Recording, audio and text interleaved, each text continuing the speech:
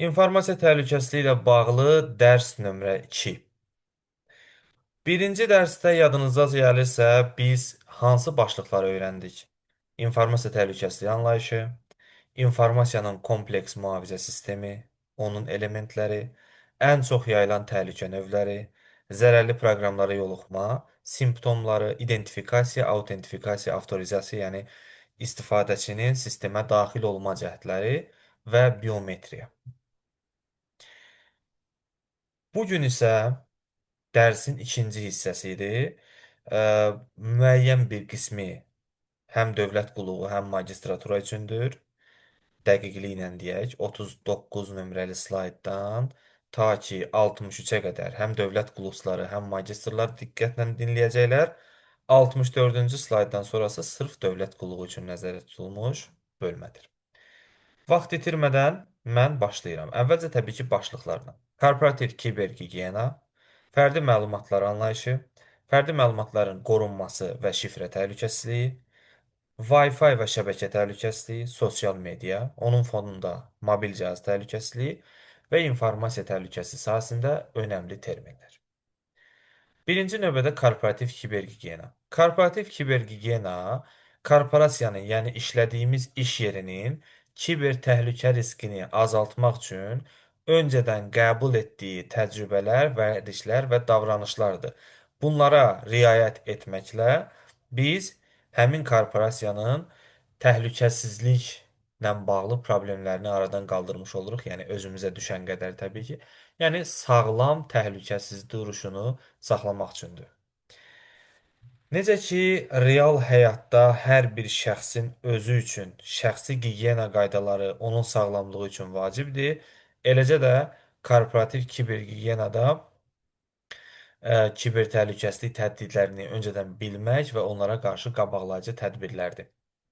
Hər bir internet istifadəçisi bilməlidir ki, internetdə müəyyən təhlükələr var. Bu təhlükələr arasında ən önəmlilər şəxsi məlumatların oğurlanması, sonradan cinayət məqsədi ilə istifadə olunması, maliyyə vəsaitlərinin oğurlanması, təşkilat, müəssisə, qurum, hətta ölkə təhlükəsizliyi üçün təhlükələr var. Kibergigiyenanın əsas önəmli hədəfi bu riskləri öncədən düzgün qiymətləndirmək, onlardan qorunma üsullarını bilmək və şəbəkədən istifadə zamanı təhlükələrdən effektiv müdafiə olunma texnikalarıdır. Bu korporativ kibergigiyena haqqında ümumi məlumat. Korporativ kibergigiyenanın hansı əsas elementləri var? 1. Korporasiyada, yəni şirkətdə olan qurğuların proqram təminatı müntəzəm yenilənməlidir. Yəni, sistemdə olan cihazlar ən son təhlükəsizlik yeniləmələrini almalıdır. Nəyə görə? Çünki öncəki dərslərdə də bildirmişəm ki, əgər proqram təminatı köhnəlibsə, o ən son təhdidlərə qarşı qorunaqsızdır.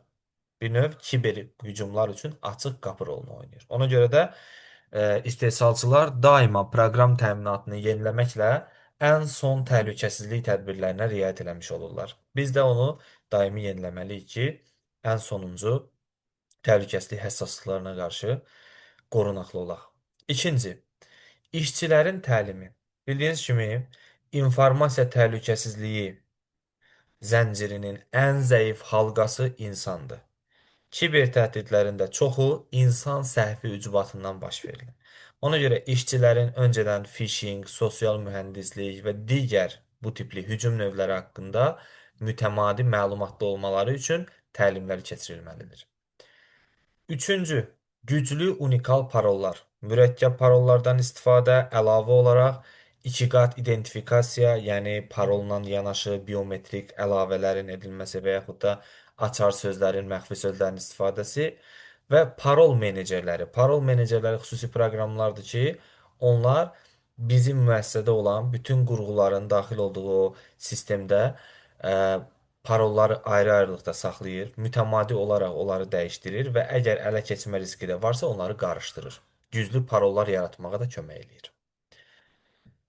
Dördüncü element daimi yedəkləmələrdir. Yedəkləmələr ehtiyatı saxlamaq anlamına gəlir. Məlumatların ehtiyat nüsxəsi mütəmadi yaradılmalıdır ki, əgər ransomware, yəni fidya hücumları baş verərsə, məlumatların qəfil itkisi baş verərsə, onları bərpa etmək üçün bizim bir mənbəmiz olsun. Növbəti şəbəkə təhlükəsizliyidir. Şəbəkədə firewalllar qurulmalıdır. Firewall haqqında qlobal şəbəkədə danışmışıq. Bu gün yenə də danışacağıq dərsin sonunda. Biraz məsələni ə, qabaqlayıram və firewall haqqında biraz danışmaq istəyirəm. Firewall-la bağlı yaxınlarda dövlət qulluğunda qəbula da sual düşmüşdü. Firewall nədir? Elə magistr qəbulunda da 2025-ci ilin birinci cəhdi idi. Və bura diqqət eləyin. Firewall daxili şəbəkə və xarici şəbəkə arasında yerləşən, əvvəlcədən müəyyən edilmiş təhlükəsizlik qaydaları əsasında gələn və gedən, yəni daxil olan və bizdən çıxan şəbəkə trafikini monitorinq eləyir, yəni daimi yoxlayır, filtrasiya eləyir. Hər hansı bir proqram ola bilər və yaxud da qurğu ola bilər. Yəni şəbəkə ilə bizim aramızda divar rolunu oynadığı üçün ona təhlükəsizlik divar deyilir. Bu yaxınlarda dövlət qulluğu qəbulunda sual vermişdi ki, xüsusi təhlükəsizlik divarı tətbiqləri bir neçə metoddan istifadə eləyir, hansı ki, bu təhlükəsizliyi təmin etmək üçün. Bu metodlardan deyil. Metodlar hansılardır? Paket filtrləmə, statik paket yoxlanması, istifadəçi autentifikasiyası və müştəri tətbiqinin autentifikasiyası. Yanlış xatırlamıramsa cavab istifadəçi filtrləməsi idi. Bu düzgün ifadə deyil. Bu 4 dənə önəmlidir. Bura qaydanda yenidən bundan danışarıq. Sadəcə qabağımıza çıxdı dedim, yəni biləsiz nədir? Məlumatların şifrələnməsi və şəbəkə trafikinin mütəmadi izlənməsi kimi tədbirlər aiddir. İndi şəbəkə təhlükəsizliyini biz ayrıca öyrənəcəyik komponentlərində. Davam edirik. Növbəti. Endpoint protection, son nöqtə qorunması nə deməkdir? Yəni şəbəkəyə qoşulmuş, notebookdan tutmuş, ən kiçik ölçülü smartfona qədər, hətta ağıllı saata qədər hər bir cihazın mütləq antivirus və zərərli proqram əleyhinə proqramların olduğuna əmin olmaq lazımdır. Çünki şəbəkəyə daxil olmuş ən kiçik bir cihaz belə şəbəkədə həssas əlaqə ola bilər. Növbəti, məhdud giriş. Buna deyilər ən az imtiyaz prinsipi. Bu da önəmli məsələdir. İşçilərə yalnız öz vəzifələrini icra etmək üçün lazım olan giriş icazəsinin verilməsidir. Bu əsla öz işçimizə güvənsizliyi bildirmir. Sadəcə olaraq, əgər hansısa bir hücum olarsa, kiber hücum, bu zaman əgər sənin işçin şəbəkənin dərin qatlarına keçid edə bilirsə, onda hər hansı bir işçinin kompüterini sıradan çıxaran, ələ keçirən xaker bütün sənin şəbəkəvi ələ keçirmiş olur. Kiber hücum zamanı zərər maksimum olur. Amma halbuki işçiyə yalnız öz vəzifəsini yerinə yetirə bilmək üçün lazım olan girişi verərsənsə, bu zaman kiber hücum zamanı yalnız o işçinin girə bildiyi yerə qədər sənə zərər verilə bilər. Növbəti element fiziki təhlükəsizlikdir. Yəni gözlə görülüb, əllə toxuna bilən, bildiyimiz təhlükələrdən söhbət gedir. Yəni fiziki qorunma. Binalara girişin nəzarətdə saxlanması, server otaqlarının qorunması, notebookların nəzarətsiz qoyulmaması kimi cürbəcür, e, məsələn, yanğın təhlükəsizliyi falan da bura aiddir. İnsidentlərə cavab planı. Əgər hər hansı təhlükəsizlik pozuntusu baş verərsə, şirkət necə davranacaq, necə hərəkət eləyəcək? Bunu öncədən hazır planı olmalıdır. Bu, çevik reaksiya verməyə və itkiləri minimuma endirməyə imkan verir. Növbəti, satıcıların idarə edilməsi. Bizim şirkətlə əməkdaşlıq eləyən yalnız yəni şirkətə o sistemə daxil olan ancaq biz, yəni idarəçilər və işçilər deyil ki, şirkətlə əməkdaşlıq edən kənar satıcılar və tərəfdaşlar da eyni ciddi təhlükəsizlik qaydalarına əməl etməlidir.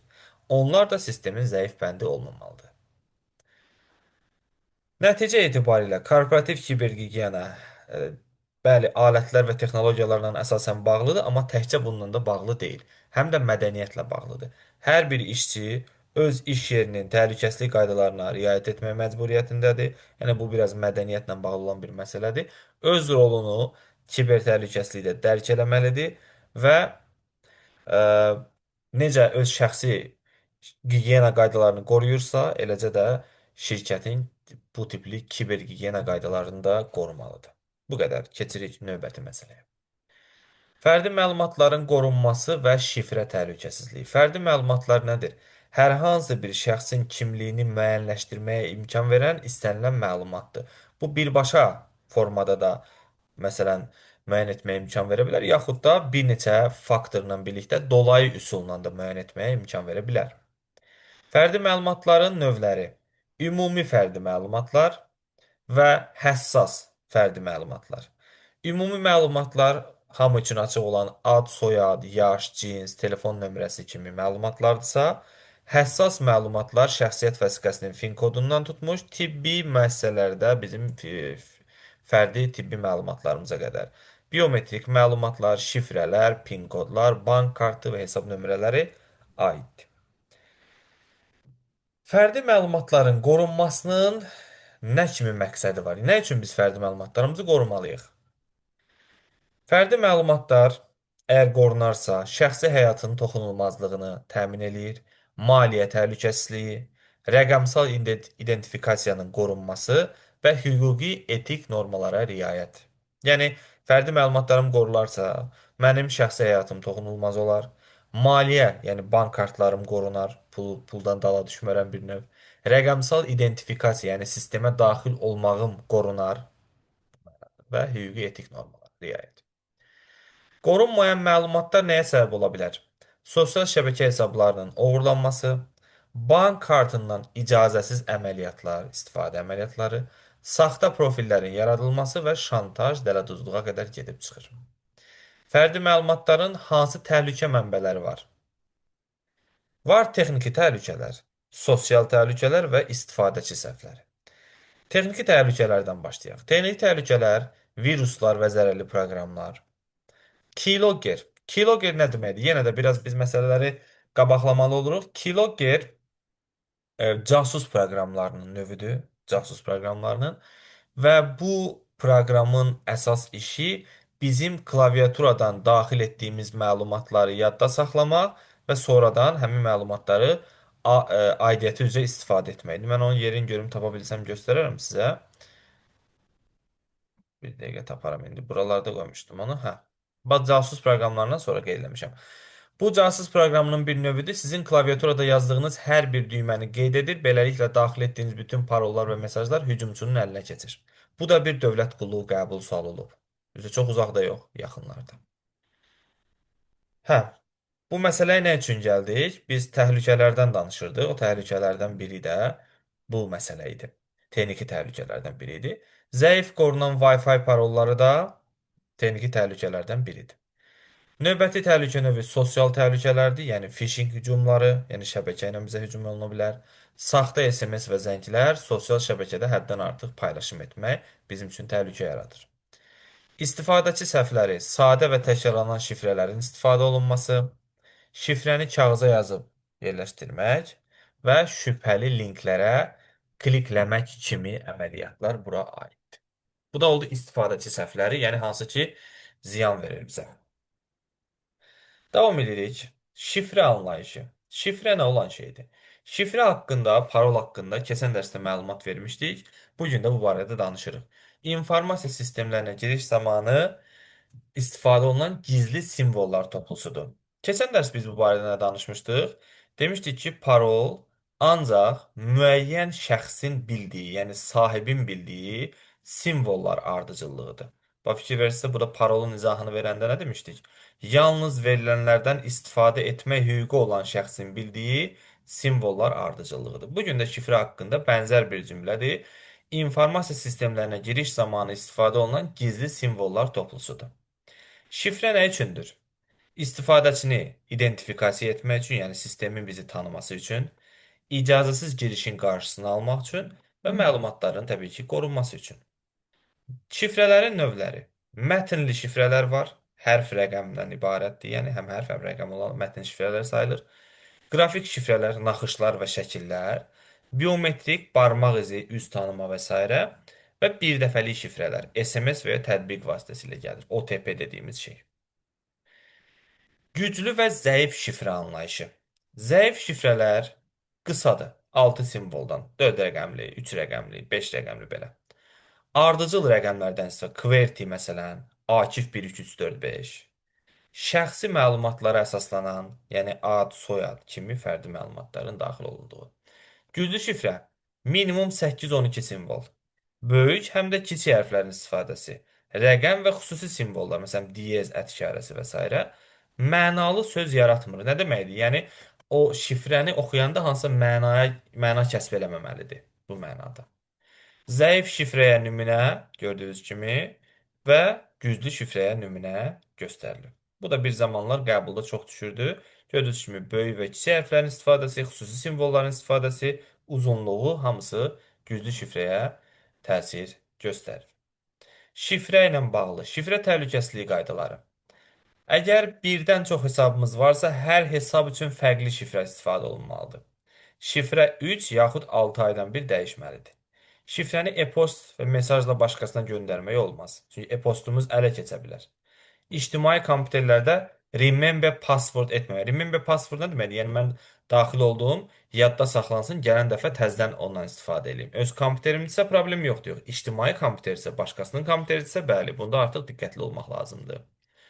Brauzerlərdə şifrələri açıq saxlamaqdan çəkinmək. Şifrə menecerləri, bayaq dedik, parol meneceri xüsusi proqramlardır. Bütün şifrələri təhlükəsiz şəkildə saxlayan proqramdır. Nə edir? Güclü şifrələr yaradır, şifrələri xatırlamaq ehtiyacını aradan qaldırır və şifrələri şifrələnmiş formada yadda saxlayır. Yəni əgər bu proqramın özü ələ keçərsə belə, məlumatların ələ keçməsi mümkün deyil. Davam edirik. Bu məsələ ilə artıq bitirdik. Bircə saniyə üzrlü sayın məni. Bu dəqiqə davam edəcək. Hə. Qaldığımız yerdən davam edirik. İndi Wi-Fi haqqında danışacağıq. Wi-Fi nədir? Ondan sonra Wi-Fi təhlükəsizliyi, şəbəkə təhlükəsizliyi, mobil cihaz təhlükəsizliyi və s. Bu barədə ayrıca danışılacaq. Wi-Fi özü nədir? Elektron cihazların, yəni qurğuların naqilsiz şəkildə internetə daxil olmaq üçün və yaxud da fərdi şəbəkəyə daxil olması üçün nəzərdə tutulan texnologiyadır. Yəni bir sözlə Wi-Fi olmasa modemə qoşulan qurğular məcbur kabel istifadə etməli olmalı. Yəni Wi-Fi-nin önəmini mən keçən dərslərdə demişəm. Əgər Wi-Fi olmasa, gərək modemdən bir kabel çıxa və sənin telefonuna daxil olasan və evdə gəzdiyin müddətdə o kabel də səndən fırlana.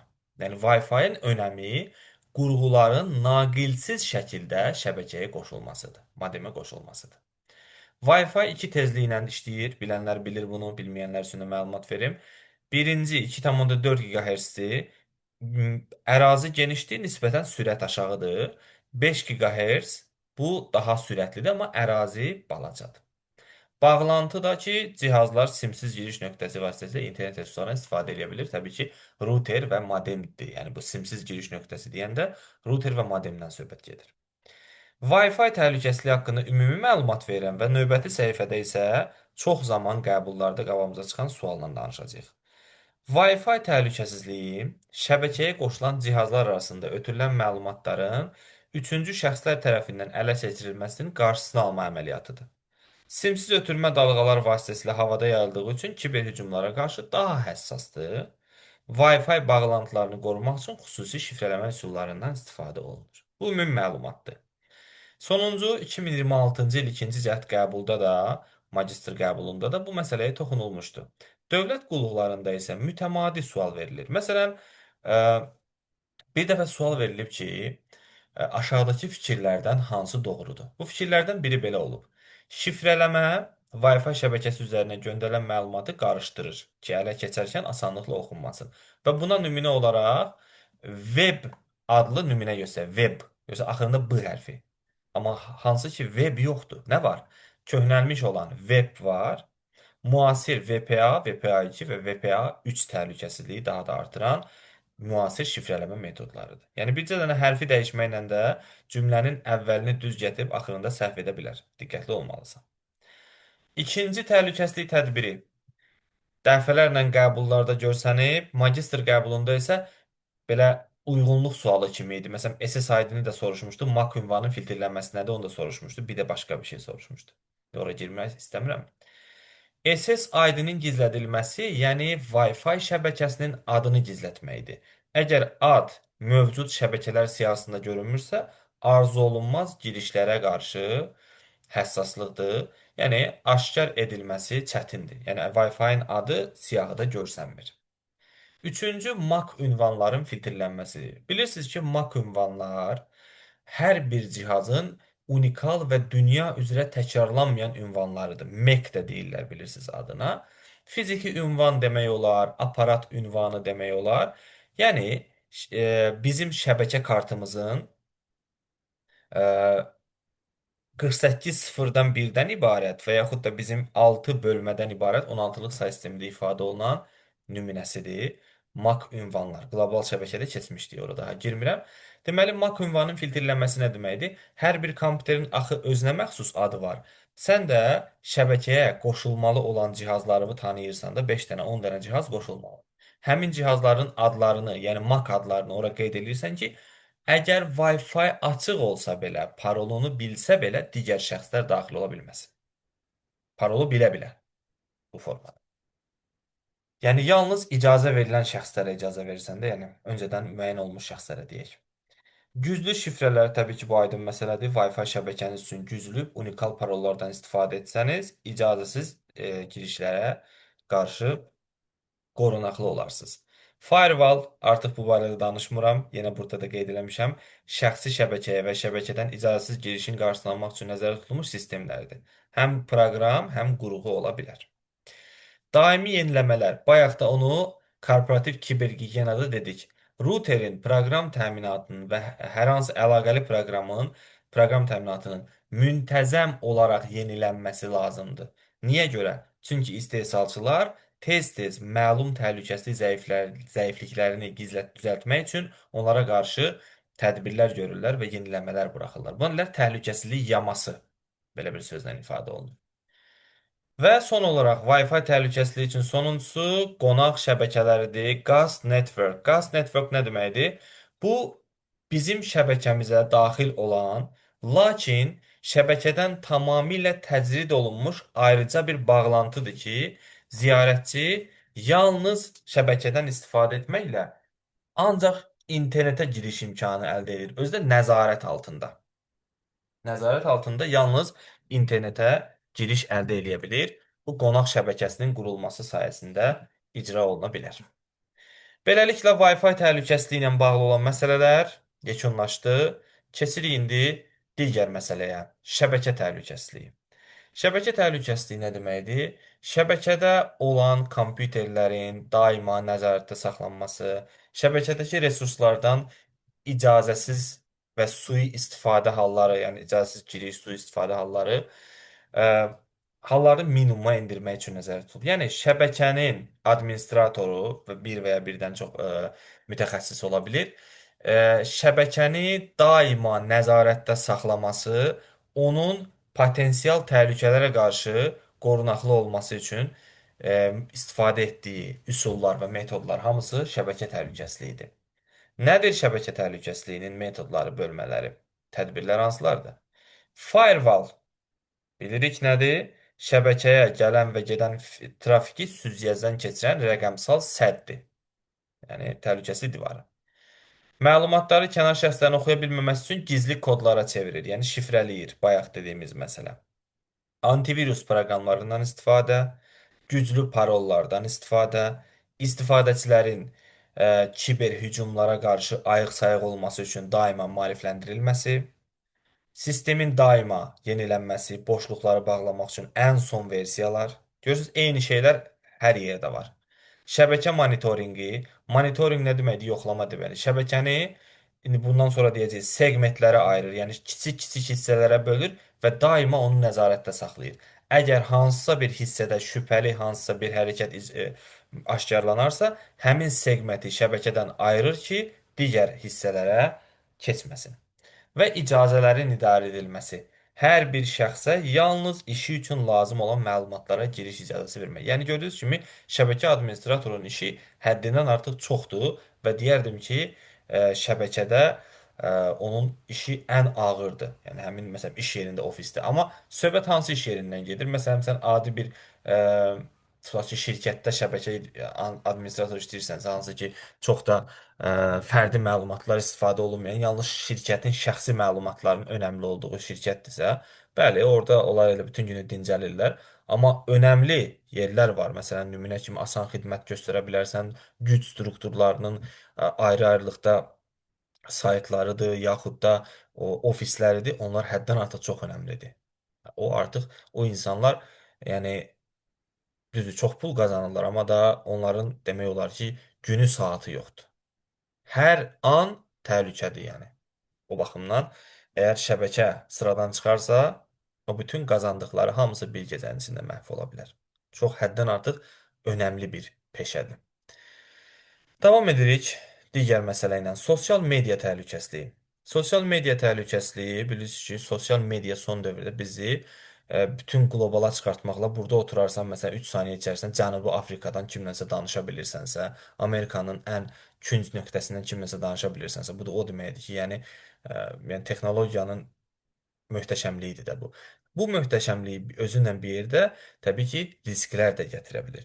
Bu risklərdən öncədən xəbərdar olmaq və onlara qarşı ehtiyatlı davranaraq həm sosial medianın, sosial şəbəkələrin üstünlüklərindən istifadə edə bilərik, həm də ki, ziyanlarından qaçına bilərik. Birinci məsələ, fərdi məlumatların qorunması önəmlidir burada. Məlumatların ehtiyatsız paylaşılması bizim üçün sonradan tədbiir hücumları var, bilirsiniz, brute force yaxud sosial mühəndislikdə istifadə oluna bilər. Təhlükəsizliyi təmin etmək üçün nə etmək lazımdır? Məlumat paylaşımına limit qoyulmalıdır. Yəni özümüzlə bağlı məlumatları paylaşanda hər bir incəliyi yox. Müəyyən məsələləri, yəni indi məcburi paylaşa biləcəyin şeylər var, bir də paylaşmamalı olduğun şeylər var. Həssas məlumatları hər kəsə açıq paylaşmırıq. Məxfilik tənzimləmələri hər platformada paylaşımlarınızı kimlərin görə biləcəyinə diqqət etmək lazımdır. Tanımadığınız şəxslərə diqqət edin. Yəni şübhəli hesablardan dostluq gələrsə, və yaxud qəfildən görərsən ki, sənin tanımadığın Pakistanlı bir qaqaş səndə dostluqda var, tez bir şəkildə parol dəyişmək lazımdır və o şəxsi də dostluqdan çıxartmaq lazımdır. Davam edirik. Postlar yerləşdirərkən ehtiyatlılıq. Paylaşdığımız hər bir məlumat bizim şəxsi həyatımıza, iş həyatımıza təsir göstərə bilər. Karyeramıza təsir göstərə bilər. Dəqiq yerləşmə yerimizi, location'ı paylaşmaqdan çəkinirik. Bir dəfə paylaşılan postu internetdən tamamilə silmək demək olar qeyri-mümkündür. Diqqətli olmaq lazımdır. Şifrələr məsələsi, bayaq bu barədə danışdıq. İki faktorlu autentifikasiya, yəni şifrədən yanaşı, həm də barmaq izi ola bilər, əlavə bizim məxfi sözümüz ola bilər, OTP kodlar ola bilər. Yəni bu təhlükəsizliyi 2 qat artırır. Şübhəli linklər və mesajlara qarşı ayıq-sayıqlıq, kibercinayətkarlar zərərli proqramları yaymaq üçün şübhəli linklərdən istifadə eləyir. Hətta yaxın dostumuzdan gələn şübhəli link varsa klikləməkdən imtina eləməliyik. Tətbiqlərə diqqət edirsən. Tətbiqlərin sorğu etdiyi icazələri daima yoxlayırsan. Məsələn, baxırsan ki, hansısa bir oyun yükləmisən, oyun sənin yervi soruşur. Məsələn, bu onlayn oyundursa, ən yaxında olan insanı sənə uyğunlaşdırmaq üçün bunu eləyə bilər. Amma məsələn, offlayn oyundursa, onu səndən onu istəməyi və yaxud qalereyaya giriş icazəsi istəməyi artıq sənin üçün şübhələnmə, şübhə mənbəyidir. Artıq istifadə etmədiyiniz və ya şübhəli tətbiqlərə verdiyiniz icazələri ləğv eləyin. Bilirsiniz, artıq son dövrlər özü eləyir telefon bunu. Məsələn, Facebooka uzun müddət daxil olmayanda Facebookun o icazələrini sistem ləğv eləyir. Yəni ehtiyac yoxdur buna. Və məxfilik parametrləri. Hər hansı sosial şəbəkəyə girəndə ilk öncə səhifədə, yəni hələ daxil olmamışdan həmin o sosial şəbəkənin məxfilik parametrləri paylaşılır. Məsələn, mən tutaq ki, Instagrama girəndə mənim üçün maraqlı olmur ki, bu Instagram gəlir burada nə yazıb, yəni hansı məxfilik tədbirləri var. Yəni məxfilik tədbiri nə deməkdir? Tutaq ki, qaydalar var da. Instagrama girməmişdən qabaq əvvəlcə qaydaları mənə göstərir və sən də onu qəbul elədiyin üçün sonradan orada hesab yarada bilirsən. Məsələn, qaydalarda yaza bilər ki, ehtiyac olduğu təqdirdə 3 aydan sonra biz sənin şəxsi məlumatlarını filan kəslə paylaşa bilərik. Sən də onu oxumadan OK verdiyin üçün artıq məsuliyyət sənin boynundadır. Heç onu məhkəməyə də verə bilməzsən. Çünki öncədən səni xəbərdar eləyib. Yəni hər bir sosial media platformasının məxfilik bölməsini mütləq şəkildə nəzərə keçirin. Paylaşımların kimlərin görə biləcəyini özünüzə uyğun şəkildə tənzimləyin. Davam edirik. Kiberbullying məsələsi, yəni kommentdə söyüş söymək məqamıdır. Onlayn mühitdə başqaları ilə mübahisədən və zərərli məzmun paylaşmaqdan çəkinmək lazımdır. Əgər təhqiramiz ifadə və davranış varsa, həm administratora bildirmiş ola bilərsiniz, yaxud da onu report eləyə bilərsiniz və yaxud da bloklama funksiyası ilə ünsiyyəti kəsə bilərsiniz. Mənbələri yoxlanması, məsələn, hər hansı bir məlumatı paylaşmamışdan qabaq onu yoxlamaq lazımdır. Çünki dezinformasiyanın yayılması birbaşa hüquqi məsuliyyətə səni cəlb eləyə bilər. Dost izləyici siyahısını izləmək lazımdır. Bayaq dediyim məsələ. Uşaqlar və yeniyetmələr, əgər valideyn yaxud qəyyumsansa, bu veli deyirlər türklər, uşaqlara sosial medianın risklərini və məsuliyyətini izah etmək lazımdır ki, necə sən o qaydalara riayət edirsən, o da onlayn davranışlarda diqqətli olmalıdır. Sən də daimi olaraq onu izləməlisən. Xülasə, sosial medianın üstünlük təşkil etdiyi dövrdə təhlükəsizliyi qorumaq üçün çox proaktiv olmalıyıq. Yəni hadisələrə qarşı çox həssas olmalıyıq. Məlumatlı qərarlar vermək, təhlükəsizlik qaydalarına ciddi riayət etmək və paylaşım edərkən düşünmək lazımdır. Proaktivi də altda qeyd eləmişəm. Hadisələrin arxasınca qaçmaq deyil, hadisələri qabaqlamaq, vəziyyətə nəzarət etmək qabiliyyətidir. Yəni hər hansı bir vəziyyətə düşəndən sonra oradan çıxma vəziyyəti fikirləşmək yox. Yəni problemi yaranmamışdan qabaq onun yarana biləcəyi ilə bağlı bilməlisən, yəni öngörmə eləyib ona görə qarşı tədbir görməlisən. O proaktivin nə olduğunu arada məndən soruşurlar, ona görə mən onu ayrıca qeyd etmək məcburiyyətində oldum. Davam edirik. Mobil cihaz təhlükəsizliyi. Mobil cihaz təhlükəsizliyi bildiyiniz kimi smartfon və planşetlər bizim şəxsi həyatımızı tam olaraq əhatə edir. Vacib, önəmli məlumatlar var burada. Böyük rahatlıq yaratsa da özləri ilə bərabər müəyyən təhlükəsizlik riskləri də gətirir. Nə çətinliklər var? Müxtəlif ekosistem nə deməkdir? Android və iOS kimi fərqli əməliyyat sistemlərinin olması təhlükəsizlik qaydalarının hamı üçün eyni standartlara tətbiq edilməsini çətinləşdirir və beləliklə istər-istəməz boşluqlar yaranır. Sürətli texnoloji təkamül. Texnologiya inkişaf etdiyi üçün hər gün yox, hər saniyə yeni virus yarana bilər və yaxud təhdid yarana bilər. O təhdidləri daima ə, təqib eləmək lazımdır. Ona uyğun şəkildə hərəkət etmək lazımdır. İstifadəçi davranışı. Demişik, təhlükəsizlik problemlərinin bir çoxu insan səhvi, zəif parol qoymaqdan tutmuş, açıq ictimai Wi-Fi-yə qoşulmağa qədər və digər belə ə, belə deyək, ehtiyatsız hərəkətlər ucbatından olur. Ona görə istifadəçi davranışı da önəmlidir. Fiziki təhlükəsizlik, məsələn, cihazın oğurlanması, itirilməsi hallarında şəxsi məlumatlar digər şəxslərin əlinə keçə bilər. Daimi yeniləmələr, bu gün dördüncü dəfə də deyirik, cihazınızı həmişə ən son versiyada yeniləmək lazımdır. Və güclü doğrulamalar. Yəni parolla yanaşı barmaq izi və yaxud digər tanınma, üz tanınma və s. cürbəcür bir sizdə tanınma növləri var. Onlardan istifadə etmək. Etibarlı mənbələr, proqramları yalnız tanınan App Store, Google Play kimi mənbələrdən yükləmək lazımdır. Tanınmayan saytlardan uzaq dururuq. Açıq ictimai Wi-Fi-lardan uzaq dururuq. Çünki Wi-Fi şəbəkələri kiber hücumlar üçün ən rahat yerdir. Qoşulmaq məcburiyyəti varsa, heç olmasa VPN-dən istifadə edək. VPN nə edir bizdə? VPN məlumatları şifrələyərək bir yerdən başqa nöqtəyə göndərə bilir. Məlumatları şifrələyin. Müasir telefonların çoxunda şifrələnmə var. Yəni şifrələmə deyəndə parol qoymaqdan söhbət getmir. Cihaz şifrələnməsi məlumatların şifrələnməsidir ki, əgər fayllar xüsusi bir riyazi alqoritmdən qarışdırılarsa, mənasız simvollar yığını kimi saxlanır. Kiminsə əlinə düşərsə, onda başa düşülməyən halda düşür onun əlinə. Yəni bu parol qoymaq demək deyil. Uzaqdan silinmə qabiliyyəti. Telefonu itirmişiksə, öz cloud ünvanımızın parolunu və loginini ora daxil edirik. Məsələn, başqa bir kompüterdə uzaqda oturub həmin oradakı məlumatları silə bilirik ki, heç olmasa mənim telefonum əldən gedib, heç olmasa məlumatlarım əldən getməsin. Amma bu uzaqdan silmə qabiliyyəti funksiyasını telefonda axtarıb aktivləşdirmək lazımdır öncədən. Maarifləndirmə və təlim istifadəçilər saxta mesajlar, phishing, şübhəli yükləmələri, kiber təhdidləri necə ayırd etməyi öncədən öyrənməlidirlər. Bilgi ən birinci müdafiə xəttidir. Müntəzəm ehtiyat nüsxələr, bu barədə artıq danışmışıq. Səbəb nədir? Kiberhücum zamanı məlumatlarımızı xilas eləyir.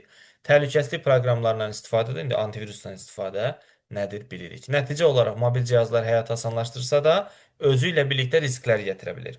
Bu risklərin minimuma endirilməsi üçün öncədən riskləri düzgün dəyərləndirməli və ən yüksək təhlükəsizlik qaydalarını tətbiq etməli, riayət etməliyik. Davam edirik. Artıq 56-cı səhifəyə çatmışıq. 63-cü səhifədə dediyim kimi magistratura ilə bağlı məqam yekunlaşacaq. 57-ci səhifə. İnformasiya təhlükəsizliyi sahəsində bəzi önəmli terminlər. Deməli biz mobil cihaz təhlükəsizliyini yekunlaşdırdığımız üçün artıq ora keçə bilirik. Birinci termin casus proqramlar spyware. Bizim xəbərimiz olmadan cihaza sızan və gizlicə məlumatları toplayan proqramlardır. Bunlar həssas məlumatlar, parol, kredit kartı nömrəsi, şəxsi yazışmaları oğurlayıb kibercinayətkara göndərə bilir. Casus proqramların bir növü də keyloggerdir. Nə dedik bayaq? Klaviaturada yazdığımız hər bir düyməni qeyd edir və daxil etdiyimiz parollar, mesajlar hücumçunun əlinə keçir. Rootkit. Rootkit əməliyyatı zərərli proqramlardan biridir. Əməliyyat sisteminin dərinliklərinə sızır. Cihaza sızdıqdan sonra xakerə bu imkanları verir. Hesablar ələ keçir, bank məlumatları daxil ol, bütün sənədlər izlənir. Yəni bir növ sənin cihazın üstündə uzaqdan bir hakimiyyət qurur. Sənin kompüteri kiber məkan kimi istifadə edə bilər. Yəni sənin kompüterindən virtual hücumlar təşkil oluna bilər. Növbəti icazəsiz giriş, illegal access. Da C hərfin biri artıq düşüb. İcazəsiz giriş, icazə almadan şəbəkəyə daxil olan tədarükçülərə verilən addır. Belə terminoloji ünvan verilir. İcazəsiz giriş hücumlarının səbəbi zəif parol qoymağımız, əvvəlcədən oğurlanmış hesablara yenə də dırnaqarası yanaşmağımız və yenə də sadə parol qoymağımızdır. Paylanmış xidmətlər imtina. Keçən dərs görmüşük. DDoS hücumu. Distribute Denial of Service. Nə deməkdir? Təcavüzkar, xaker eyni anda saxta minlərlə sorğunu kompüterdən həddən artıq göndərir həmin sayta. Və onda nə baş verir? Sistem dırnaqarası yükü qaldıra bilmir, donur və ya çökür. Budur. Bəzən bu təbii səbəblərdən baş verir. Məsələn, magistraturanın qəbul cavabı çıxmışdı. Eyni zamanda 20 min nəfər müraciət edir nəticəsini əldə etmək üçün. Kimlərsə girə bilmir. Və yaxud abituriyent nəticələri çıxanda çox vaxt bu hadisələr baş verir. Həvəskarlar kimlərdir? Buna deyirlər ssenari uşaqları. Kimdir ssenari uşaqları? Kompüter və şəbəkə təhlükəsizliyi sahəsində xakerlər qədər dərin biliyi olmayan, lakin başqaları tərəfindən, yəni xakerlər tərəfindən hazırlanmış hazır proqram və skriptlərdən istifadə etməklə hücumlar həyata keçirən şəxslərdir. IPS bu yaxınlarda dövlət qulluğu qəbuluna düşüb. IPS nə deməkdir? Intrusion Prevention System. Müdaxilənin qarşısını alma sistemidir. Bu nədir? Şəbəkəni real vaxt rejimində, yəni onlayn rejimdə daima izləyən və təhlükəsizlik siyasətinə uyğun olmayan şübhəli hər hansı bir fəaliyyət aşkarladığı zaman həmin o aşkarladığını bloklayan və aradan qaldıran hər hansı proqram yaxud qurğu ola bilər. IPS bu deməkdir. Şəbəkəni nəzarətdə saxlayan, izləyən sistemdir. Əgər dediyim kimi zərərli fəaliyyət aşkarlayarsa onu bloklayır, aradan qaldırır. Xakerlər. Xakerlər kimlərdir? Xakerlər əslində biz qlobal şəbəkədə öyrənmişdik ki, proqramlaşdırmanı çox gözəl bilən, yəni müsbət xarakterlərdir də, əməliyyat sisteminin nüvəsini və yaxud onun bir hissəsini yenidən proqramlaşdıra bilən professional kompüter mütəxəssisləridir. Sadəcə olaraq sonrakı dövrdə ki, belə deyək, kompüter şəbəkəsi inkişafı oldu və bu termin neqativ mənaya sahib olmağa başladı. Niyə görə? Çünki bu qrupdan olan mənfi obrazlar, yəni cinayətkarlar müxtəlif səbəblərə görə öz biliklərini mənfiyə doğru istifadə etməyə başladılar. Və zorla qırıb müdaxilə etmənin niyyətinə görə bu təcavüzkarlar ağ, boz və qara papaqlılar kimi təsnifata ayrılır. Ağ papaqlı hakerlər öz bilik və bacarıqlarını, nüfuz etmə bacarıqlarını düzgün və qanuni məqsədlər üçün istifadə edən etik hakerlərdir. Bu şəxslər şəbəkə boşluqlarını aşkar etmək üçün xüsusi testlərdən istifadə edirlər. Həmin testlər nəticəsində əgər zəiflik aşkarlayarlarsa, onu bizə bildirib, həmin zəifliyi başqasının qabağına çıxarsa, mənfi nəticələrə gətirib çıxarmaması üçün məsul şəxslərə öncədən bildirir. Bəli, etik şəxslər. İkinci boz papaqlı xakerlərdir. Bunlar qeyri-etik addımlar atır. Yəni onlar məsələn şəbəkəyə icazəsiz xüsusi testlərlə daxil olur, zəif nöqtələr haqqında əldə etdiyi məlumatları ictimaiyyətə açıqlaya bilən insanlardır. Bu şəxslər sonradan bizim ictimai nüfusumuza zərər vurduqdan sonra zəifliyi ortaya qoyurlar. Yəni mənfəət deyil də zövq üçün bu işi görən adamlardır. Yəni ziyan vurmağı hədəfləməyən şəxslərdir. Təşkilat yenə də işi görür, amma biabır olandan sonra belə pis çıxmasın. Üçüncü isə Qarabağlı hakerlərdir. İllegaldır bu iş. Yəni öz bilik və bacarıqlarını qeyri-legal kompüter və şəbəkə nüfuz edən, təhlükəsizliyi pozan, sistemə qəsdən mənfəət və ziyan vurmaq məqamı ilə məlumatları silmək, təhdid və digər müxtəlif cinayət əməlləri. Mütəşəkkil xakerlər isə birisi də bu fleksiyaya uğrayan sözlü Müni Tulladın təşkil etməkdir, təşkilatla uyğunlaşır. Yəni xakerlər qrupu cinayətkarların siyahısına kiber cinayətkarlar, aktivistlər, terrorçular və maliyyələşdirilən xakerlərin təşkilatı aiddir. Bunlar yəni qara papaqlı xakerlərin qrupudur, mütəşəkkil xakerlər. Davam edirik. DVWA. Nədir DVWA? Deməli, tutaq ki, sən artıq bir xakersən, yüksək səviyyəli bir xakersən və düşünürsən ki, mən istənilən sistemə zorla da qırıb müdaxilə edə bilərəm.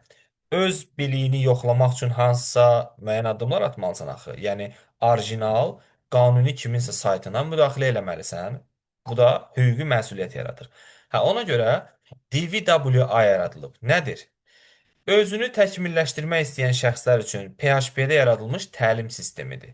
3 növ çətinlik dərəcəsi var. Aşağı, orta, yüksək. Tutaq ki, sən düşünürsən ki, mən hər şey eləyə bilərəm. Məsələn, brute force hücum eləyə bilərəm, SQL injeksiyası eləyə bilərəm, cürbəcür işlər görə bilərəm. Həmin onları sistemin verdiyi tapşırıqlarla yoxlayırsan. Əgər bacarırsansa, deməli həqiqətən də sən artıq bu işi bilirsən. DVWA bu deməkdir. Davam edirik. Cracker kimdir? Deməli, belə bir məsələdir də. Bax, əgər piramida qurulası olsa, belə piramida, ən yüksəkdə durur xakerlər. Onun altında durur krekerlər, yəni bunlar. Onun da altında durur senari uşaqları. Kiddir, senari uşaqları. Deməli, krekerlər kimlərdir? Məlumatlara qeyri-qanuni yolla daxil olur, məlumatları məhv etmək, oğurlamaq və digər zərərli hərəkətlər etmək niyyətinə malik şəxslərdir. Adamlar çox vaxtı pullu proqramların üzünü çıxarır, qırır və pulsuz olaraq bizə təklif edir. Yəni, bu adamlar proqramın üzünü çıxarır, limiti ləğv eləyib onu bizə təklif edə bilər. Lakin proqramın zəif yerlərini araşdıra bilmədiyi üçün bilik səviyyəsinə görə script kiddi, yəni senari uşaqları və xakerlər arasında mövqe tutur. Yəni xaker qədər savadlı deyil, script kiddi qədər aşağı səviyyəli deyil. Bilik səviyyəsinə görə söhbət gedir. Davam edirik. Növbəti. Aktivistlər ictimai fəallardır. İctimai hadisələrdə özlərinə uyğun gəlməyən, həm özəl sektorda, həm də siyasi sektorda özünə uyğun gəlməyən ictimai hadisələr baş veribsə, o sistemlərə müraciət, hücum eləyərək özlərinə uyğun olmayan siyasətlərə etiraz edə bilirlər. Buna da nümunə Anonymous adlanan aktivist qrupunu göstərmək olar. Məsələn, tutaq ki, pensiya yaşı qaldırılıb, xoşuna gəlmir. Əmək və Əhalinin Sosial Müdafiəsi Nazirliyinin saytını sındırıb istədiyi ifadəni oraya yaza bilir. Məsəl üçün nümunə göstərə bilər. Təhlükəsizlik divarı. Bayaq da danışmışdıq bu barədə. Daha təkrarlamaq istəmirəm. Dərsin əvvəlinə baxanlar bilirlər. Təhlükəsizlik divarı bir səd rolunu oynayır və altdakı paket filtrləmə, statik paket yoxlaması, istifadəçi autentifikasiyası və müştəri tətbiqinin autentifikasiyası məsələsinə xüsusi diqqət edin. Yəni bu düşə bilir və düşübdür. Skimming nədir? Skimming kart məlumatlarının qeyri-qanuni yolla oxunması və ələ keçirilməsidir. Necə eləyirlər bunu? Ən çox yayılanı ATM skimmingdir. Yəni bu bizim pul çəkdiyimiz yerlər yoxdur, həmin. Cinayətkar kart məlumatlarını oxuyan orijinal cihazın üzərinə, yəni o bankomatın kart yuvasının üzərinə skimmer adlı kiçik və görünməz bir cihaz yerləşdirir. Və kartı mən ora daxil edəndən sonra Skimmer kartın maqnit zolağındakı bütün məlumatları oradan kopyalayır və göndərir. Hətta orada altına kamera da qoyurlar ki, klaviaturdan daxil edəndə şifrəvi də götürə bilsin. Skimming bu deməkdir. Kart məlumatların qeyri-qanuni yolla oxunması və ələ keçirilməsi. Davam edirik. VPN nədir? VPN də qəbula düşmə ehtimalı olan bir şeydir. VPN həssas məlumatların göndərilməsi üçün internet üzərində sizin üçün təhlükəsizlik gizli bir dırnaqarası tunel yaradan texnologiyadır. Normalda internetə qoşulduqda məlumatlar provayder vasitəsilə, yəni məsələn mən qoşulmuşam Aztelekomdan, provayder modu vasitəsilə saytlara ötürülür. Yəni provayderim onu eləyir. Amma VPN onu nə eləyir? Məlumat cihazdan çıxmazdan əvvəl şifrələnir və internetin içindən keçən, lakin provayderin belə görə bilmədiyi xüsusi bir tunellə VPN serverinə göndərir. Bu da məsələn Almaniyadadır. Həmin o server real IP ünvanımızı gizlədir və qarşı tərəfə VPN serverin IP ünvanını, məsələn Amerikada, Almaniyada olan bir adamın IP ünvanı ilə göndərir və beləliklə biz qadağan olunmuş saytlara girə bilirik. Məsələn, Azərbaycan ərazisindən qadağan olunan sayta Almaniya IP-si ilə girə bilirəm. VPN budur. Honeypot, bal küpü. Nə deməkdir honeypot? Bu sistemə icazəsiz giriş və ya istismar cəhdləri varsa, onu aşkarlamaq üçün bir təhlükəsizlik mexanizmidir. Nə edir? Özünü real bir resurs kimi göstərir. Yəni belə deyək, təcavüzkara özünü bir cazibədar hədəf kimi göstərir. Sonra təcavüzkar diqqətini cəlb edir axı bu. Bura hücum eləyir. Hücum eləyəndən sonra bu saxta serverdir də. Hücum eləyəndən sonra görür ki, içində bir şey yoxdur və çıxır. Lakin ora hücum eləyəndə onun IP adresi və digər şəxsi məlumatları əldə olunur ki, o cinayətkar axı cinayətdən sonra iz buraxır. Həmin o dəyərli məlumatları, hansı ki onun o zərər vuran adamın dəyərli məlumatları ələ keçirilir və sonradan onun şəxsiyyətini müəyyənləşdirməyə kömək edə bilir. Honeypot bu deməkdir. Cryptojacking resursların qanunsuz istismarına əsaslanan kiberhücum növüdür. Yəni istifadəçinin xəbəri olmadan onun kompüterindən kriptovalyuta yaradılır. Yəni yeni rəqəmsal sikkələr yaradılır və dövrəyə buraxılır. Bu da həddən artıq bizim üçün təhlükəlidir. Çünki mənim xəbərim olmadan mənim kompüterim vasitəsilə bunu eləyirsə, sabahları qanunla qadağan olunduğu üçün mənim özüm cinayət məsuliyyətinə cəlb oluna bilərəm. Məsələn, bu önəmli bir şeydir. Kompüter piratçılığı, müəlliflik hüququ deyilən bir şey var. Nədir bu? Müəllifin məhsulunu icazəsiz üzünü çıxarıb yayılmasıdır. Müəlliflik hüququ o deməkdir ki, yəni insanın elmi, ədəbiyyat, incəsənət və digər sahələrdə əldə etdiyi yaradıcılıq nəticələrini, müəlliflik hüququnu pozmaqdır, məhsulu icazəsiz üzünü çıxarıb yayılmasıdır. Bu, müəlliflik hüququnun pozulmasıdır, kompüter piratçılığı. Pretexting nə deməkdir? Pretexting ssenarinin yaradılmasıdır. Bir növ sosial mühəndislikdir. Hücumçu nə edir? Qurbanı aldatmaq üçün, həssas məlumatları əldə etmək üçün özündən bir ssenari yaradır və etibarlı bir şəxs və ya səlahiyyətli bir fiqur kimi davranaraq qurbanın etibarını qazanmağa çalışır. Ondan sonra şəxsi məlumatları əldə etmək üçün həmin o uydurduğu ssenaridən istifadə eləyə bilir. Bura qədər magistratura və dövlət qulluğu üçün ortaq idi. İndi artıq magistrlar ayrıla bilərlər dərsdən. Bundan sonraki çox deyil onsuz da 5-6 səhifə olmalıdır mənə elə gəlir. Onlar isə sırf dövlət qulluğu üçündür. 9 səhifə. 9 səhifə sırf qanunvericiliyi ilə bağlı olan məqamlardır.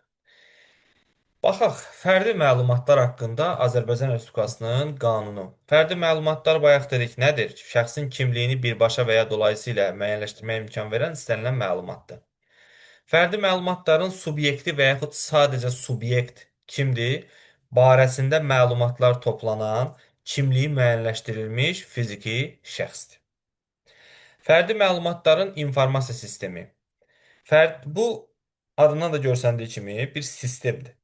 Yəni, fərdi məlumatların toplanması, işlənməsi, mühafizəsini təmin edən vahid sistem. Təbii ki, qanunvericilik müəyyən edilmiş qaydada. Fərdi məlumatların informasiya ehtiyatları nə deməkdir? Qanunvericiliklə müəyyən edilmiş qaydada və həcmdə fərdi məlumatların sistemlərində ayrıca toplandığı informasiya ehtiyatlarıdır. Bax, diqqətli ol. Subyekt kimdir? Barəsində məlumat toplanan şəxs. İnformasiya sistemi nədir? Subyekt haqqında məlumat toplamağa imkan verən sistem. Bəs informasiya ehtiyatları nədir? Həmin o toplanan məlumat. Hansı ki, o məlumatlar toplanır, nəticə o informasiya ehtiyatı sayılır. FIN kod dediyimiz şey fərdi identifikasiya nömrəsidir. Nə deməkdir bu? Hər bir şəxs üçün müəyyən edilmiş qaydada verilən şəxs barəsində müvafiq məlumatları birmənalı müəyyən etməyə imkan verən vahid təkrar olunmaz koddur. O FIN kodun altında bizim görmədiyimiz bizlə bağlı bir çox məlumatlar yatır. Xüsusi kateqoriyalı məlumatlar, fiziki şəxsin irqi və milli mənsubiyyəti, ailə həyatı və dini etiqadı, əqidəsi, səhhəti və məhkumluğu haqqında olan məlumatlardır ki, bunlar xüsusi kateqoriyalı sayılır. Fərdi məlumatların toplanması nədir, işlənməsi nədir? Toplanması nə deməkdir? O şəxs barəsində məlumatların sənədləşdirilmiş qaydada qanuna uyğun şəkildə əldə edilməsidir. Bəs fərdi məlumatların işlənməsi nədir? Əldə olunmuş məlumatlar üzərində işləmək, yəni fərdi məlumatların yazılması, sistemləşdirilməsi, təzələnməsi, dəyişdirilməsi, adsızlaşdırılması, saxlanması, ötürülməsi, məhv edilməsi kimi əməliyyatlar fərdi məlumatların işlənməsidir. Birazdan mən sizə deyəcəm, adsızlaşdırma nədir, məhv edilmə nədir? Eyni şey deyil. Fərdi məlumatların mülkiyyətçisi, operator və istifadəçi bunlar da önəmlidir. Mülkiyyətçi kimdir? Mülkiyyətçi sərəncam vermə hüququ olan, yəni fərdi məlumatlar barəsində informasiya ehtiyatları üzərində tam sahibliyi, sərəncam vermə hüququnu həyata keçirən, fərdi məlumatların işlənməsi məqsədini müəyyənləşdirən dövlət və ya özünüidarə orqanı, hüquqi və fiziki şəxs ola bilər. Operator kimdir? Operator mülkiyyətçinin icazə verdiyi. Nə üçün icazə verir? O ki, işi görən adamdır. Məsələn, operator ona görə deyirlər. Fərdi məlumatların toplanması, işlənməsi, mühafizəsini həyata keçirən fərdi məlumatların mülkiyyətçisi və ya bu funksiyaları müəyyən həcmdə və şərtlərlə həvalə etdiyi dövlət və ya yerli özünü idarə etmə orqanı, hüquqi və fiziki şəxs ola bilər. Yəni mülkiyyətçi sərəncam vermə hüququ olan bir şəxsdir və yaxud da dövlət orqanıdır. Operator isə işi görən tərəfdir. Bəs istifadəçi kimdir? Yalnız özü üçün zəruri informasiyanın əldə olunması məqsədi ilə səlahiyyətləri daxilində mülkiyyətçi tərəfindən müəyyən edilmiş qaydada ə, və həcmdə fərdi məlumatların istifadə hüququ verilmiş dövlət və ya yerli özünü idarə etmə orqanı və s. ola bilər. Yəni istifadəçi ilə bağlı məsələn, qəbula bir dəfə sual düşmüşdü burada. Yazmışdı ki, hansı fikirlər yanlışdır? İki fikir yanlış idi. Biri bu idi ki, fərdi məlumatların istifadəçisi güya ki, öz ailə üzvü barəsində və yaxud da digərində də tanışı barəsində zəruri informasiyanı əldə edə bilər. Xeyr, yalnız özü barəsində məlumat əldə edə bilər. Fərdi məlumatların yayılması nədir? Əldə olunmuş məlumatların media, informasiya sistemləri ilə açıqlanması və şəxslərə xüsusi üsullarla onun ki, hansı ki, tanış olmasına şərait yaratmaq. Fərdi məlumatların verilməsi nə deməkdir? Sorğu vermişəm, mən məsəl üçün istifadəçiyəm, öz haqqımda sorğu vermişəm. Həmin sorğu əsasında maddi daşıyıcıda, yəni kağızda və ya informasiya texnologiyaları vasitəsilə istifadəçiyə təqdim edilməsi adlanan fərdi məlumatların verilməsi. Fərdi məlumatların toplanmasına və işlənməsinə qadağa qoyulması. Fərdi məlumatlarla əlaqədar bütün əməliyyatların dayandırılması deməkdir. Adsızlaşdırma nədir? Bax, diqqətli ol. Məhv etmə ayrı şeydir, adsızlaşdırma ayrı şeydir. Adsızlaşdırma odur ki, subyektin kimliyini müəyyənləşdirməyə imkan verməyən hala salınması fərdi məlumatların. Məhv edilmə isə informasiya sistemində fərdi məlumatların silinməsi. Bax, orada adsızlaşdırmada silinmir, sadəcə adsızlaşdırır, yəni kim olduğunu müəyyənləşdirməyə şərait yaratmır. Silinmə, məzmunun sonradan bərpa edilməsi mümkün olmayan vəziyyətə salınması və ya fərdi məlumatlar olan daşıyıcının məhv edilməsidir. Bu artıq məhv sayılır. Transsərhəd ötürməyə heç izaha ehtiyac yoxdur. Yəni, sorğu əsasında dövlət sərhəddindən kənarda məlumatların göndərilməsidir. Yəni, tutaq ki, Azərbaycan vətəndaşlığı sonra keçib Rusiya vətəndaşlığına, o özü ilə bağlı məlumatı transsərhəd ötürməklə sorğu əsasında əldə edə bilər. Beynəlxalq təşkilatlara verilə bilər məlumatlar, hüquqi və fiziki şəxslərə verilə bilər. Sorğu əsasında təbii ki. Ölkədən kənara çıxırsa transsərhəd sayılır. Bu oldu bizim fərdi məlumatlarla bağlı önəmli məqamlar. Sonra fərdi məlumatlar iki cür olur. Əldə olunan növünə görə konfidensial və açıq. Konfidensial sözünü ilk dəfə deyil eşidirsiniz. Yəni bu gizli deməkdir. Konfidensial fərdi məlumatların mühafizə olunması məcburidir. Konfidensial fərdi məlumatlar haqqı qanunla müəyyən edilmiş hallar istisna olmaqla üçüncü şəxslərə yalnız subyektin razılığı əsasında verilə bilər. Yəni üçüncü şəxs bu şəxsi məlumatları bilə bilməz. Amma sən icazə verərsənsə etibarnamə ilə və s. ola bilər. Açıq məlumatlar isə subyekt tərəfindən açıq elan olunmuş və ya ümumi istifadə üçün yaradılmış informasiya sistemlərinə subyektin razılığı ilə daxil edilmiş. Məsələn, mən evə Wi-Fi çəkirəm, şəxsi məlumatlarımın bəzi şeylərini deməliyəm ora. Doğrudur? Bu mənada. Şəxsin soyadı, adı, ata adı kimi daim açıq fərdi məlumatlar var. Bunların konfidensiallığının təmin olunmasına ehtiyac yoxdur. Xüsusi kateqoriyalı məlumatlar var idi, bayaq danışdıq. Həmin o məlumatları qanunun 11.1-ci maddəsi istisna olmaqla onlar həm açıq, həm konfidensial ola bilər. Nədir 11.1-ci maddə? Mülkiyyətçi və ya operator subyektdən yalnız işləmə məqsədinə nail olmaq üçün zəruri olan fərdi məlumatları ala bilər. Yəni, məsəl üçün, hansısa bir sistemə daxil eləyirsə, səndən icazə alıb o məlumatları daxil eləyə bilər. Fərdi məlumatların mühafizəsi mülkiyyətçilər və operatorlar tərəfindən təmin olunmalıdır. Mülkiyyətçi həmin qurumun özüdür. Operator qurumda işləyən şəxsdir. Bunlar fərdi məlumatları qorumalıdır. Hətta bilirsiniz ki, bilənlər varsa bilmirəm, fiziki şəxslər var ki, məsələn, işdən çıxsa belə, həmin məlumatların, yəni fərdi məlumatları bildiyi üçün məlumatların yayılmaması barəsində yazılı iltizam verməlidirlər. Hətta hərbiçilər məsələn, vaxtı çatır tutaq ki, çıxırlar işdən, onlar elə sirlər var ki, hərbi sirlər bir ömür onu özlərindən daşımaq məcburiyyətində olurlar. Yəni yazılı iltizam almaqdan da əlavə, onlar özləri də hər şeyi hər yerdə sura deyə bilmirlər. Öz atamdan bilirəm, məsəl üçün. O köhnə hərbiçi olub, məsələn, elə hərbçilər var ki, deyir ki, mən bu gün də onu heç evdə səsləndirə bilmərəm. Nəinki evdə, yəni ən yaxın adamla da danışa bilmərəm mən onu. Yəni belə şeylər var həyatda, deyim sizə. Fərdi məlumatların hüquqi rejimi və mühafizəsi. Telekommunikasiya, poçt rabitəsi, ünvan və ya digər sahələr üzrə cəmiyyətin informasiya tələbatını ödəmək üçün ümumi istifadəli informasiya sistemləri var ki, subyekt icazə verdiyi halda onun təqdim etdiyi məlumatlar ora daxil edilə bilər. Bunu bayaq da dedik ki, bəli, məsələn, evə internet çəkəndə bəzi məlumatlar verilir də ora. Aydın məsələdir. Fərdi məlumatlar ümumi istifadəli informasiya sistemlərinə açıq mənbələrdən daxil edildikdə, həmin sistemin operatoru daxil edilən məlumatların tərkibini, əldə edilmə mənbəyini subyektə bildirməlidir və nə üçün daxil etdiyini də bilməlidir. Əgər subyekt müvafiq icra hakimiyyəti orqanının yazılı tələbi ilə müraciət edibsə, həmin informasiya sistemlərindən o daxil edilən məlumatlar təxirə salınmadan çıxarılmalıdır. Mülkiyyətçi və ya operator fərdi məlumatların mühafizəsini təmin edilməsinə zəmanət verən texniki təşkilati tədbirlər görməlidir. Yəni, sistem elə qurulmalıdır ki, o kiber təhdidlərə qarşı daima qorunaqlı olsun, məlumatlar kiminsə əlinə keçməsin, dəyişdirilməsin və təsadüfi və yaxud da hər hansı bir vəziyyətlə məhv edilməsi olmamalıdır. Fərdi məlumatların mühafizəsinə dair tələbləri müvafiq icra hakimiyyəti orqanı müəyyən eləyir. Arxivləşdirmə haqqında qaydalar isə Respublikanın müvafiq qanunvericiliyi ilə müəyyən edilir. Bunlar hər biri qanundan bağlı, biraz informatikaya uzaqdır. Yəni mən bilmirəm nə qədər sizə onu qanun müəllimi qədər açıqlaya bilirəm. Bacardığım qədər eləyirəm. Yəni bunun informatika ilə özünüz bilirsiniz ki, heç bir əlaqəsi yoxdur. Sırf qanunvericiliyi ilə bağlıdır. Hətta mən düşünürəm ki, siz onu qanunvericiliyi də keçirsiniz artıq. Son 4 səhifəmiz qaldı dostlar.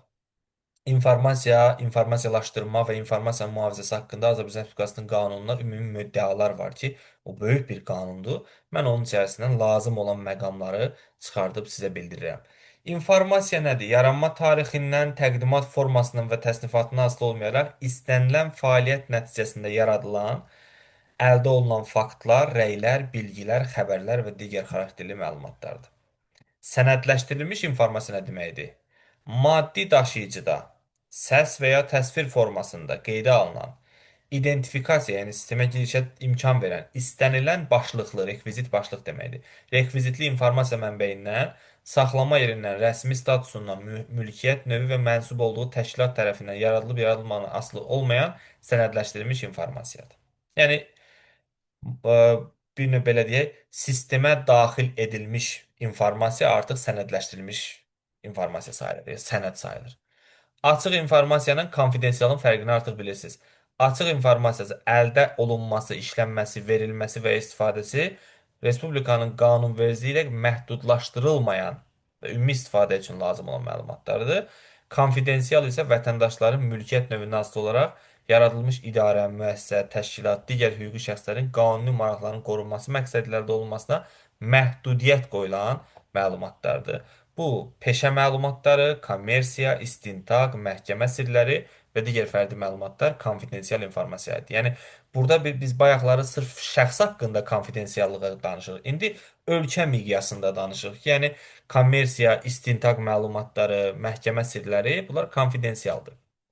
İnformasiya prosesləri nə deməkdir? İnformasiyanın yaradılması, yığılması, işlənməsi, saxlanması, axtarışı və yayılması.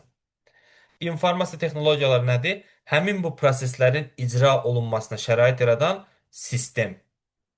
Yəni rabitə texnologiyası, yəni cihazlar da belə deyək. İnformasiya texnologiyaları və sənədlərin təşkilatı və texniki qaydada, o cümlədən hesablama texnikasından istifadə etməklə nizamlanmış məcmusu informasiya sistemidir. Deməli, informasiya prosesləri icra olunur informasiya texnologiyaları ilə. İnformasiya prosesləri nəticəsində əldə olunan məlumatlar bir yerə yığılır və onlar adlanır informasiya sistemi. Yəni həmin o məlumatların nizamlanmış məcmusudur informasiya sistemi. Bax, informasiya ehtiyatları yox, amma informasiya məhsulları düşüb qəbula. Dövlət qulu qəbul sualı olub bir zamanlar. İnformasiya ehtiyatları informasiya sistemlərində olan sənədlərdir. Yəni kitabxanada, arxivdə olan məlumatlardır. İnformasiya məhdud məhsulları isə istifadəsinin tələbinə əsasən yaradılmış və onun tələbatının ödənilməsi üçün nəzərdə tutulmuş sənədləşdirilmiş informasiya, texnologiya və onların təminat vasitələridir. İnternet informasiya ehtiyatı nədir? Yəni, yenə də elə informasiya məhsullarıdır. Sadəcə fərq nədən ibarətdir? Elektron mühitdə, internet şəbəkəsində yaradılan, informasiyanın yaradılması üçün istifadə olunan, müraciət edilməsi üçün domen adına və sahib tərəfindən müəyyənləşdirilmiş digər işləməyə malik olan informasiya ehtiyatı.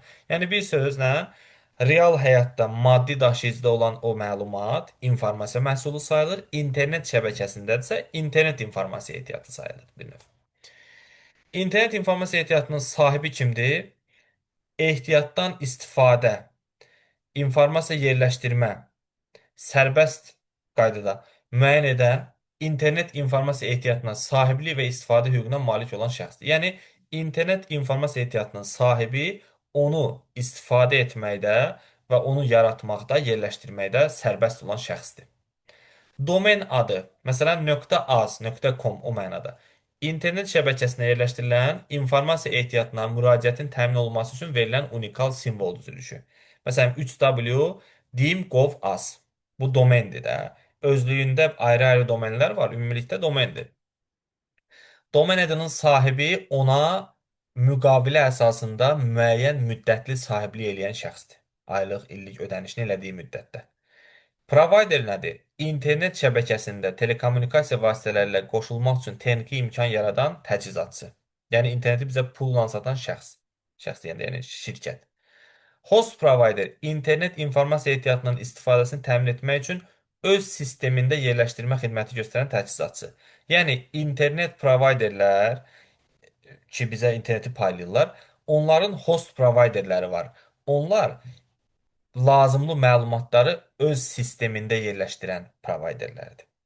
Domen adların milli inzibatçısı .az ölkə kodlu yüksək səviyyəli domen zonasında domen adların inzibatçılığını həyata keçirən şəxs. Nə demək istəyir burada?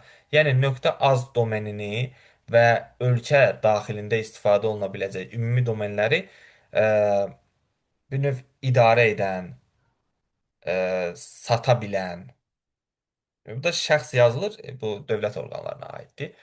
Domen adlarının qeydiyyatçısı isə Müqaviləyə əsasən az ölkə kodlu yüksək səviyyəli domen zonasında domenlərin qeydiyyatını həyata keçirən şəxsdir.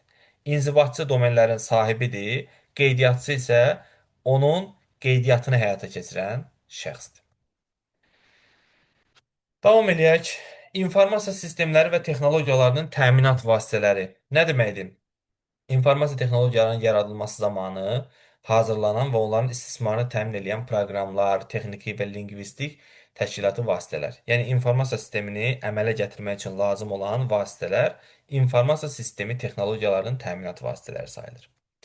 Yenə bayaqki məsələ, mülkiyyətçi, sahib, idarəçi. Mülkiyyətçi kimdir?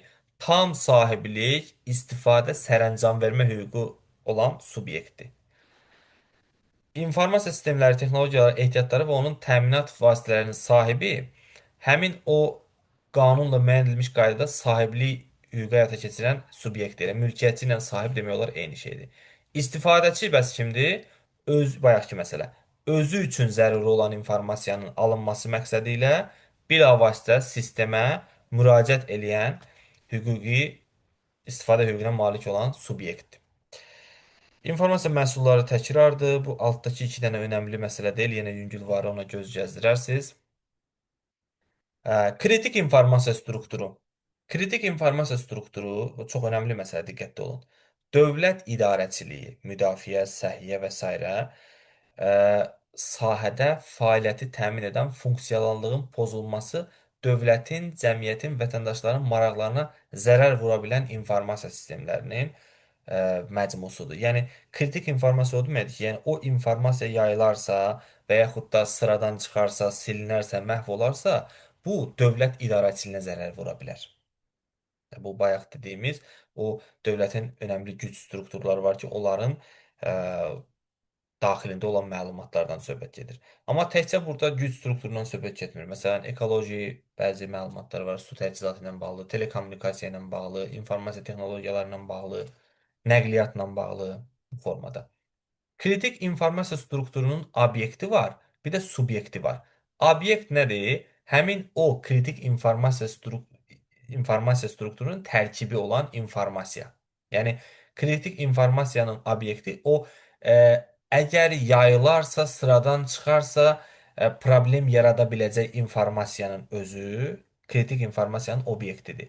Subyekt isə ondan istifadə eləyən hüquqi şəxslər və ya fərdi sahibkar. İstifadə nə deməkdir? İstifadə deyəndə, yəni onun idarəsini həyata keçirən məsul şəxslər və idarələr kritik informasiya strukturunun subyekti sayılır.